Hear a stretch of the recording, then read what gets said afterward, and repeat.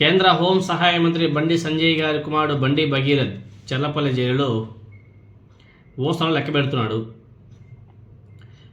ఆయన కుమారుడు అంట జైల్లో అంట నాన్న నాన్న అని చెప్పేసి కలవరిస్తూ అంట పచ్చ మీడియాలో వస్తున్నటువంటి వార్తలు. బండి భగీరథ్ ఒంటరిగా కూర్చుని బాధపడుతున్నాడంట. తప్పు చేసిన వాడు జైల్లోనే అనుభవించాల. రోడ్డు మీదకి వెళ్ళామనుకో వాడు చేసే పనికి మాలిన పనులు మనం ప్రత్యేకంగా చెప్పుకోవాల్సిన అవసరం లేదు. మళ్ళీ ఎక్కువగా మాట్లాడితే బాగుండదు. కాబట్టి బండి భగీరథ్ అనే వ్యక్తి చేసిన తప్పులు చిన్న తప్పు కాదు అది. అదే విదేశాలు అంటే వాడికి ఈ సమయానికి ఉరిది చేసి ఉంటుంది. ఈ ఇండియాలో చట్టాలు డబ్బున్న వాడికి ఒక విధంగా, డబ్బు లేనివాడికి ఇంకో రకంగా పనిచేస్తాయి. మీరు గతంలో చూశారు కదా, 4 లారీ డ్రైవర్స్, ఒక ప్రియాంక అనే ఒక మహిళను ఏదో చేశారని చెప్పేసి ఏకంగా మన పోలీస్ వ్యవస్థ ఆనాడు లేపేసింది. ఈనాడు అదే పోలీస్ వ్యవస్థ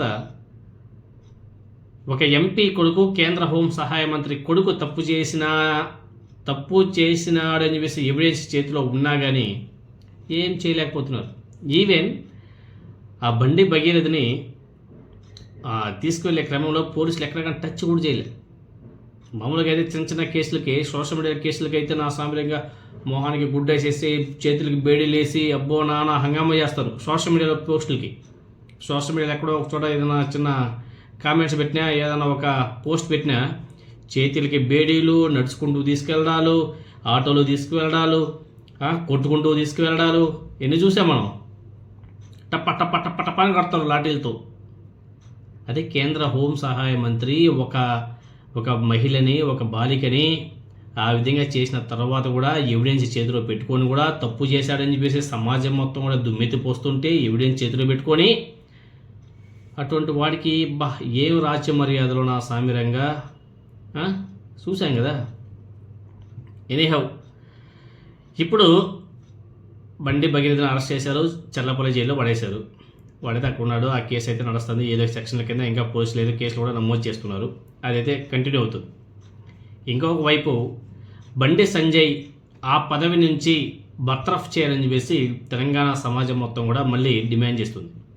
బండి సంజయ్ అనే వ్యక్తి ఆ పదవిలో ఉంటే సాక్ష్యాలను తారుమారు చేసే అవకాశం కూడా ఉంటుంది. కాబట్టి ఇమ్మీడియట్గా అతనిని బర్తరఫ్ చేయండి అని చెప్పేసి పెద్ద ఎత్తున నినాదాలు కూడా వస్తున్నాయి. కాబట్టి ఎందుకంటే ఆయన కేంద్ర హోం సహాయ మంత్రి, చిన్న చితక పోస్ట్ కాదు అది, కేంద్ర హోం సహాయ మంత్రి ఆయన. కాబట్టి సాక్ష్యాలను తారుమారు చేసినా చేయవచ్చు. కాబట్టి అతన్ని ఇమ్మీడియట్లీగా బర్తరఫ్ చేయాలి. మనం కోరుతున్నది కూడా అదే. బర్తరఫ్ చేసి ఆయన నీతి నిజాయితీగా ఆయన మీద ఎంక్వైరీ చేసి ఆయన తప్పులు ఏమైనా ఉంటే కూడా ఇమ్మీడియట్గా ఆయన మీద కూడా కేసు నమోదు చేయాలి. ఎనీహౌ గత 2 రోజుల నుంచి ఒక వార్త అయితే బాగా వైరల్ అవుతుంది. బీజేపీ అధిష్టానం అంట బండి సంజయ్ని రాజీనామా చేయమని చెప్పేసి చెప్పారంట. రాజీనామా చేయండి, ఇది పార్టీకి ప్రభుత్వానికి చెడ్డ పేరు వస్తుంది మాకు అని చెప్పేసి చెప్తే దానికి బండి సంజయ్ వార్నింగ్ ఇచ్చాయంట. నేను రాజీనామా చేయను, మీకు దమ్ముంటే నన్ను బర్తరఫ్ చేసుకోండి, మీరు నన్ను బర్తరఫ్ చేసుకోండి, చేసిన వెంటనే నేను రాజకీయ పార్టీ పెడతా, 2 తెలుగు రాష్ట్రాల్లో బీజేపీని నామరూపాలు లేకుండా చేస్తానని చెప్పేసి వార్నింగ్ ఇచ్చారంట.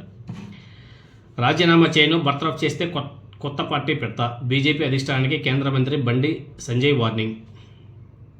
కొడుకు మీద నమోదైనటువంటి కేసు ఏదైతే ఉందో ఆ కేసు, కొడుకును కాపాడడానికి బండి సంజయ్ అధికార దుర్వినియోగానికి పాల్పడినట్లు గుర్తించినటువంటి బీజేపీ జాతీయ నాయకత్వం కేంద్ర మంత్రి కొడుకు బండి భగీరథ్ వల్ల తెలంగాణతో పాటు దేశవ్యాప్తంగా కేంద్ర ప్రభుత్వంపై ప్రజల్లో వ్యతిరేకత ఏర్పడిందని గ్రహించేటువంటి కేంద్ర ప్రభుత్వం అధిష్టానం, బీజేపీ అధిష్టానం కేసు పూర్వాపరాలకు సంబంధించిన నివేదికను ప్రధానమంత్రి మరియు హోంమంత్రి కార్యాలయానికి కేంద్ర ఇంటెలిజెన్స్ అందించిందంట. అదేవిధంగా రాష్ట్ర గవర్నర్ కూడా ఏదో డీటెయిల్స్ పంపించినట్టు వార్తలు అయితే వస్తున్నాయి.